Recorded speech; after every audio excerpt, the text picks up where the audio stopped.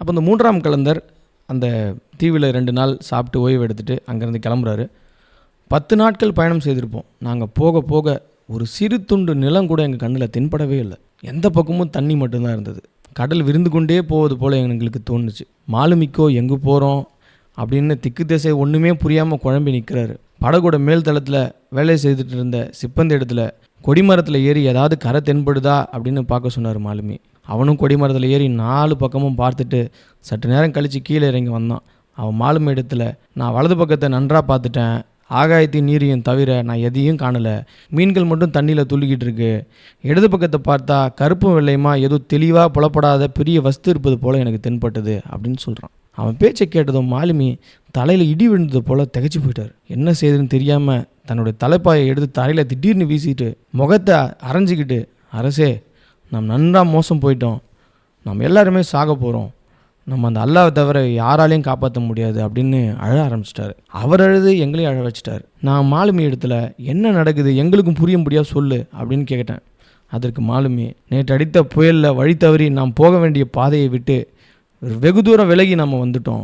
அலைகள் வேறு சீற்றத்தோடு காணப்படுது. மீன்களும் கருப்பான பொருளும் தென்பட்டா அது காந்தமலையாக தான் இருக்கணும். கருப்பு காந்த மலையின் அருகே இந்த அலைகள் நம்மை தள்ளி விட்டுடுமோன்னு என்பதை நினச்சி நான் பயப்படுறேன்.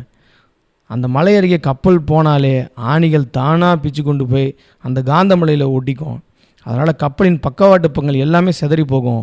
இதற்கு முன்னாடி பல கப்பல்களுடைய ஆணிகள் பிடுங்கப்பட்டு காந்தமலையில் ஒட்டி இருப்பதால் நம்மால் மலையை பார்க்கவே முடியாது.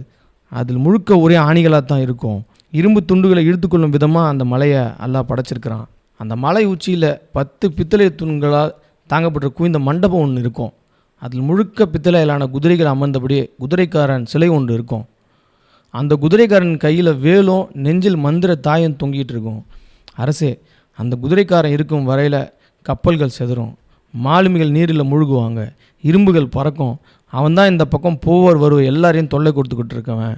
அவன் குதிரையிலிருந்து வீழ்ந்தால் ஒழிய மக்களுக்கு விமோசனம் இல்லை அப்படின்னு சொல்லிட்டு மாலுமி தேம்பி தேம்பி அழுதார். மரணம் நிச்சயமாகிட்டதுனால நாங்கள் ஒருவருக்கொருவர் பரிவான வார்த்தைகளை சொல்லி பூமியிலிருந்து விடைபெற்று கொள்ள நாங்கள் தயாரானோம். யாராவது உயிர் தப்பிச்சு மாலுமி சொன்ன விமோசனத்துக்கான வழியை செயல்படுத்தினா எல்லாருக்கும் நல்லதுன்னு பேசிக்கிட்டோம். யாரும் ஒரு நிமிஷம் கூட தூங்கலை.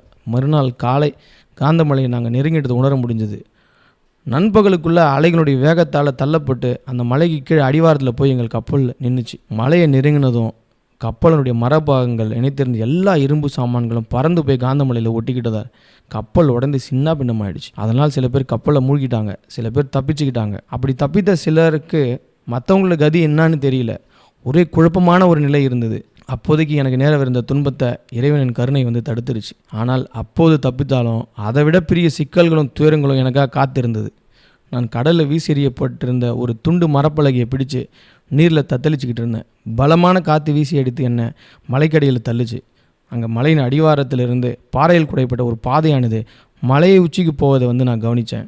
அந்த பாதையை பார்த்ததுமே இறைவனுடைய நாமத்தை புகழ்ந்து பாறைகளை வலுவாக பிடிச்சிக்கிட்டு அதில் நடக்க ஆரம்பித்தேன். அல்லாஹ் எனக்காக காற்று வேகமாக வீசுவதை குறைத்து என்னோடய பிரயாணத்தை சுலபமாக்கினான். நானும் பாதுகாப்பாக மலை உச்சிக்கு போயினேன். அங்கிருந்த கூரை பகுதிக்கு சென்று மீண்டும் கடவுளுக்கு நன்றி சொல்லிவிட்டு கூரையின் அடியிலேயே பார்த்து தூங்கிட்டேன். நான் நல்லா தூங்கிட்டு இருக்கும்போது என்னோடய கனவில் ஒரு குரல் கேட்டுச்சு. அந்த குரல், அஜீப், நீ உறங்கி எழுந்ததும் உன் காலடி அருகே இருக்கும் பகுதியினை தோண்டு. அங்கு பித்தளையிலான வில்லையும் மந்திரங்கள் பொறிக்கப்பட்ட 3 அம்புகளையும் நீ பார்ப்ப. அவைகளை எடுத்துக்கொண்டு மண்டபத்துக்கு மேலே இருக்கும் குதிரைக்காரனை குறிவைத்து அடி. அப்படி செய்தால் உலகம் துன்பத்திலிருந்து ஓய்வு பெறும். குதிரைக்காரன் கடலுக்குள் விழுந்து விடுவான். குதிரை உன்னோடது காலடியில் விழும். வீழ்ந்த குதிரையை தூக்கி வில்லம்பு கிடைத்த இடத்துல அதை புதைச்சிடு. அப்படி செய்ததும் கடல் கொந்தளித்து அலைகள் மண்டபத்தின் கூரை வரை பொங்கி அடிக்கும்.